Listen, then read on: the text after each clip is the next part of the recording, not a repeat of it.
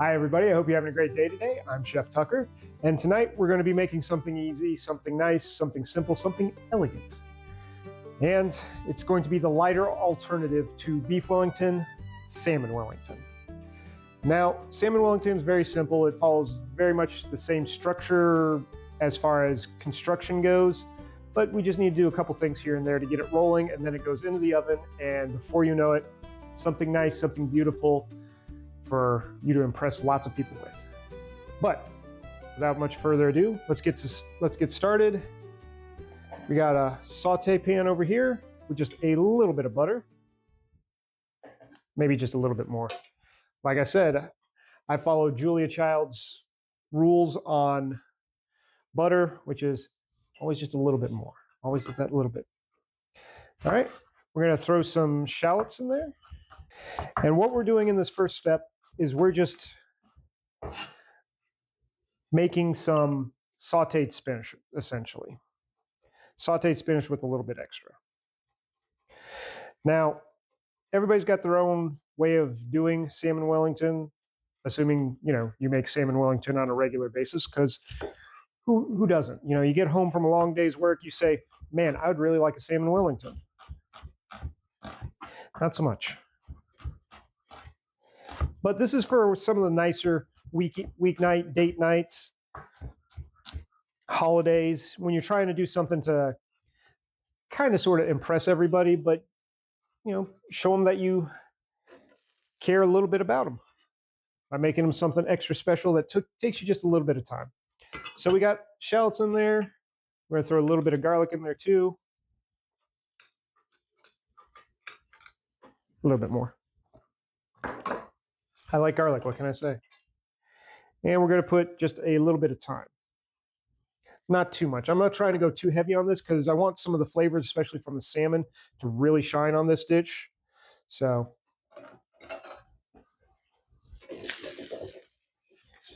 and all we're going to do is get this started, get it sweating.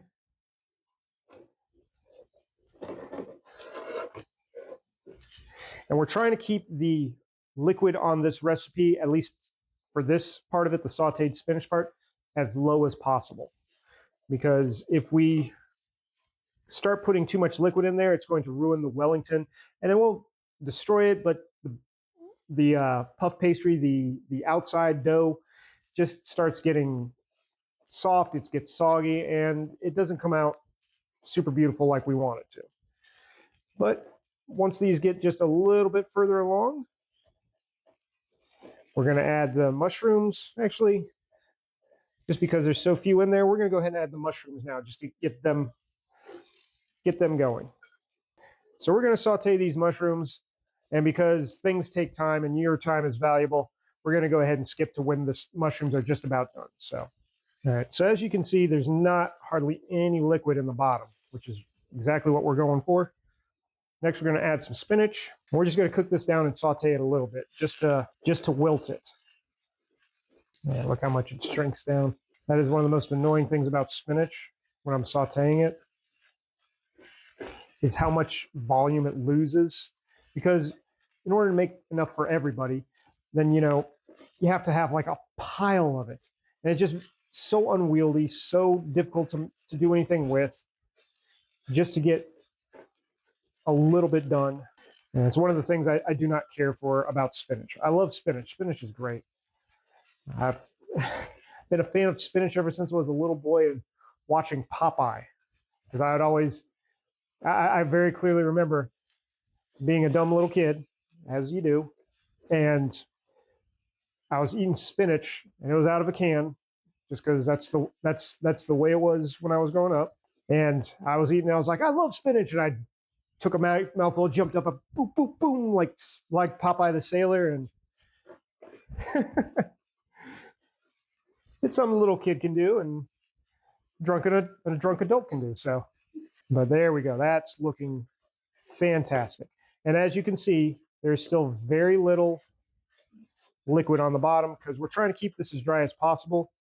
If you wanted to, you could use frozen spinach and just drain it as much as you can. But I like to go with fresh, especially when I can get a deal on fresh, which I got a deal on fresh. So Salmon Wellingtons for all. All right, the next thing we're going to add is some cream cheese and just a little bit of salt and pepper.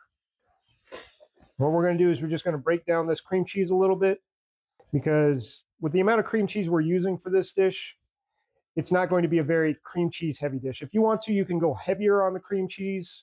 There we go. But I'm just looking for it to be a little bit of a binder, a little bit of a flavor additive. If you want, you could throw some other cheeses in here too, like some shredded cheeses. I would personally probably go with one of my favorites, Manchego. You could go with Parmesan. Parmesan's got a much stronger taste. We got a cream cheese, spinach and mushroom filling. What we're going to do is we're just going to make sure that all the cream cheese is mixed in, fully incorporated, to where you don't have just a big piece of cream cheese sneaking up on you. But as this pan cools down some, we're going to spread this out, let it just kind of hang out. Like I said, we're just using the residual heat from the pan to kind of keep it hot, kind of keep it all together. And the pan's going to cool down relatively quickly just because this is a very thin pan. And now we're going to make some Wellingtons. All right, so now we've come to the salmon part of our salmon Wellingtons. Very simple, very straightforward. We're just going to season just lightly both sides with salt and pepper. And since these are relatively thin, we don't have to worry too much about searing them or anything like that. You could sear them if you want to, but salmon cooks kind of quickly, unlike the beef tenderloin in a Wellington, so I won't worry about it. Now, I patted these dry just to get off any excess moisture before I brought them over here. Bear that in mind. I think, like I said, moisture is not necessarily your friend on this recipe. The puff pastry will keep a lot of that moisture in, but you don't want a lot of moisture going in just to keep the puff pastry pretty and not soggy. All right. So right here we have a nice piece of puff pastry. We're going to take just a little bit of mustard, and just a little bit because, again, I'm not trying to overwhelm the salmon or anything. I'm just trying to give it a nice little flavor boost. And we're going to take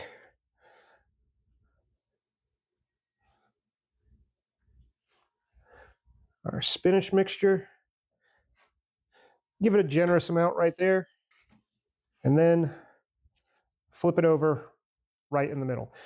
Now you want the spinach to be the top, and you want that facing down because we're going to fold it on itself and then turn it over.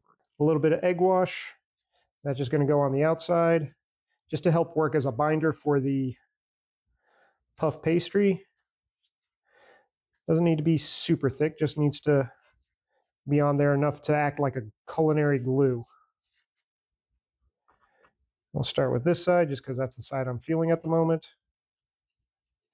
Go with that side. Make sure you got plenty of room. Better to have too much than too little. All right.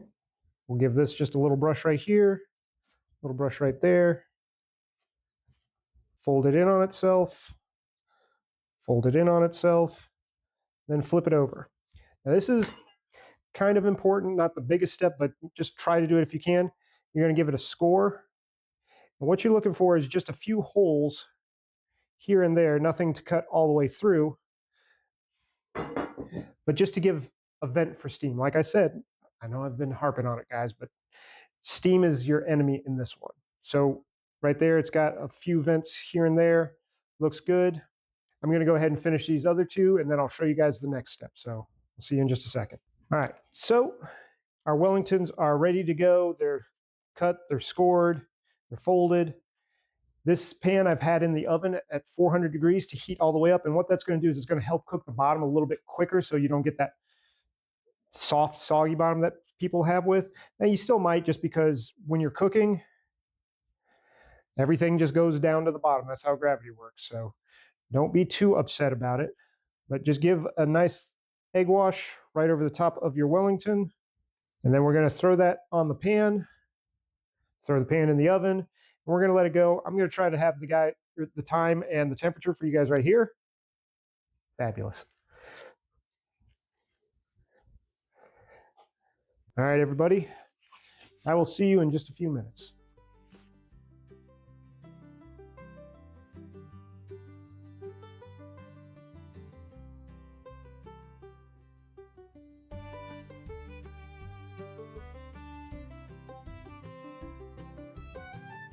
All right, guys, so the Salmon Wellington is done. As you can see, it's very pretty. I cut into it a little bit just so I could show you guys the insides, but oh, look at that. Steam and green and cream. Let's go ahead and take a little taste.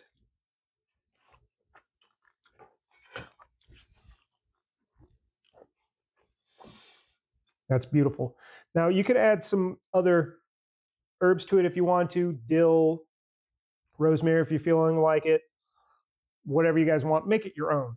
But that's the easy way to make a Salmon Wellington. Again, the bottom's not soggy, but it is moist just because, like I said, fish, spinach, mushroom, it all kind of cooks down, and that's the way it is. But it does have some firmness to it, so it's not just a soggy mess. Because as you can see, I can lift the whole thing up and it doesn't fall out. But again, this is one of those things you guys can make for the holidays. I'm probably going to be making this for my family because my family loves salmon. But it just takes a little bit of work on the front end, and then you just throw it in the oven and you don't have to worry about it after that. These things can be stored in your refrigerator as long as, like you saw, they don't have a lot of liquid in them. They can be stored in your refrigerator for about a day or so. And after that, I'd start to worry about the bottom. But again, beautiful, elegant, a nice alternative to beef Wellington.